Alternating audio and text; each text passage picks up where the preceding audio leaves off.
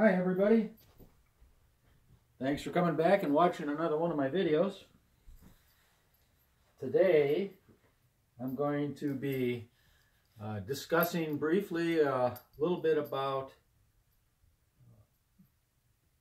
putting your dog through the basics again, through basic training, through the paces again, to reestablish authority that maybe you may have lost. A lot of times people will have a dog that's a little bit older that starts to give them a problem, and when they get a dog that's a little bit older that starts to give them a problem, there's a lot of potential reasons. Oh, you sit down. This is Lexi. Lexi is my 11-year-old, no, stay there, my 11-year-old Labrador female that requires an incredible amount of attention. It doesn't stop. Okay, Lexi, no, that's enough. Down, down. That's it. No, down. You stay there. Okay, we'll try to get through this video without Lexi interfering too much with this. Get out. Go on. Go play. Quite often, as dogs start to become a little bit more confident, a little bit more mature, they go through different stages in their life where they might challenge you as the alpha, so to speak, as the authority figure, as the person, or to them you're not people, to them you're just another part of their pack, I guess you could say, and they challenge the authority sometimes. And a good cure for that is to work your dog on the basic training again. Make them heel, make them sit, make them lay down, make them recall to you, and any of the other basics that you like to teach your dog. To go in their crate, to go to a place, to stay, to wait. There's countless commands that might be used in a basic training, and when you have a dog that gets a little bit older that starts to try to test it a little bit, it's always a good idea to go through those paces once again and make sure that you reestablish the authority with the dog. However, in my view, that should never even occur. There should never be a lapse in the training. You've heard me say countless times, and you're always going to hear me say that my saying, know your ABCs and know your ABTs.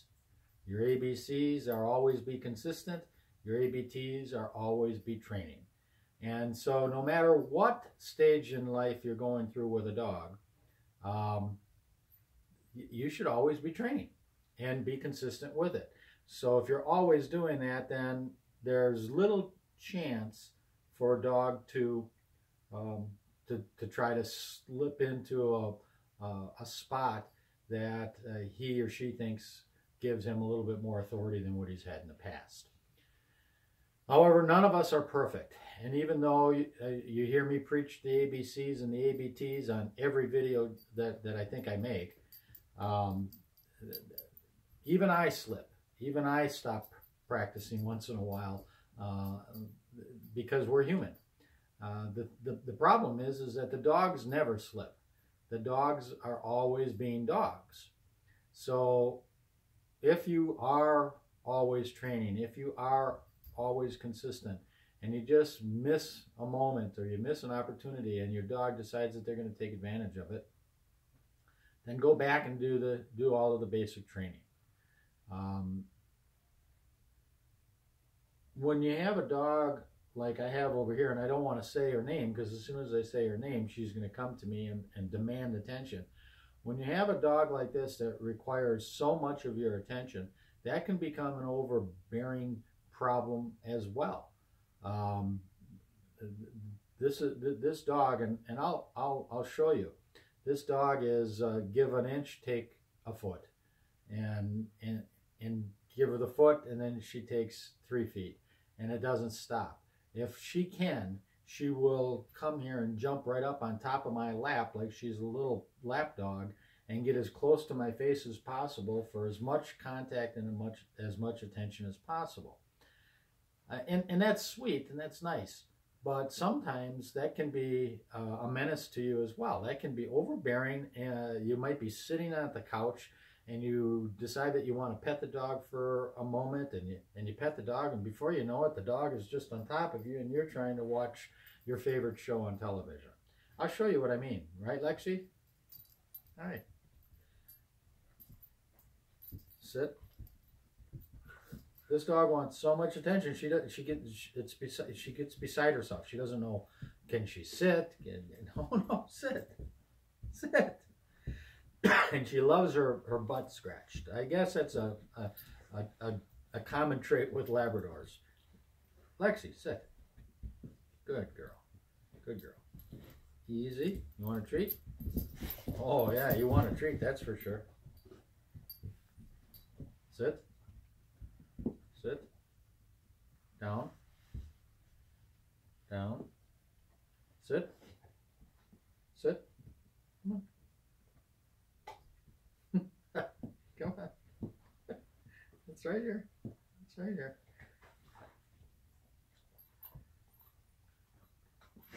Good girl. Okay, easy. Okay, good girl. Oh, yeah. I know. Good girl. All right. Go on.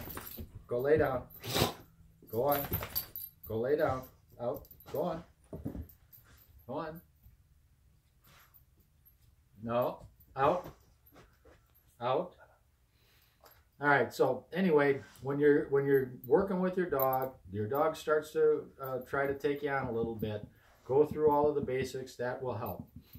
The last thing I want to mention pertaining to this same problem is that it's always important that every time you do this, that you're doing it with the dog on a leash.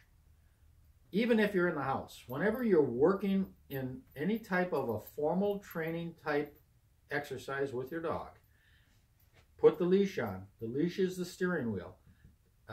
The dog will recognize the authority that travels down from your hand through the leash to its collar if you're doing things correctly. I'll give you one example of what I mean. I have had many people come to me and talk to me about whatever kind of issue that they're having with their dog. And I'll have them show me. Go get your dog, put it on a leash, bring it in here and show me the problem that you're talking about. And they'll show me the problem. Maybe it's something as simple as the dog won't heel or walk with a loose leash next to you. The dog gets out of control. And then I'll say, well, okay, give me the dog, let me try. And I'll take a hold of the leash and I'll start walking down the sidewalk, and the dog will heel perfectly and not get out of control. And the owner will say to me, well, I don't get it. I don't understand it. What did you do? I'm doing the same exact thing. And the answer is no, you're not. You're not doing the same exact thing. You're showing the dog that you don't have the skill set that's required to guide you and the dog down the sidewalk to whatever destination you're going to. And so the dog is taking control of the situation himself. And he's guiding you down the sidewalk. And it was as simple as the moment you picked up the leash and gave him that feeling that that you didn't know what you were doing, or at least enough of what you were doing that he would trust you to guide him down the street. So he's taking control of that. So your body language, the way you address the dog, the way you hold that leash, and the way you expect the dog to perform is going to... You've all heard the saying that a dog can sense when you're afraid of them. Don't act like you're afraid. If you act like you're afraid, the dog... Well, to a certain degree, that's what I'm talking about. The dog has the sense to notice that you don't have the ability or the skill to walk them down the sidewalk the way that it should be. So the dog is going to take control of that. So always maintain that in your formal training. So when you bring in a youngster or an older dog back to reality that you're the boss, make sure that you do it with a leash in your hand. Right, Lex? As I do that without a leash in my hand. There you go. That's a short one for today. Thank you.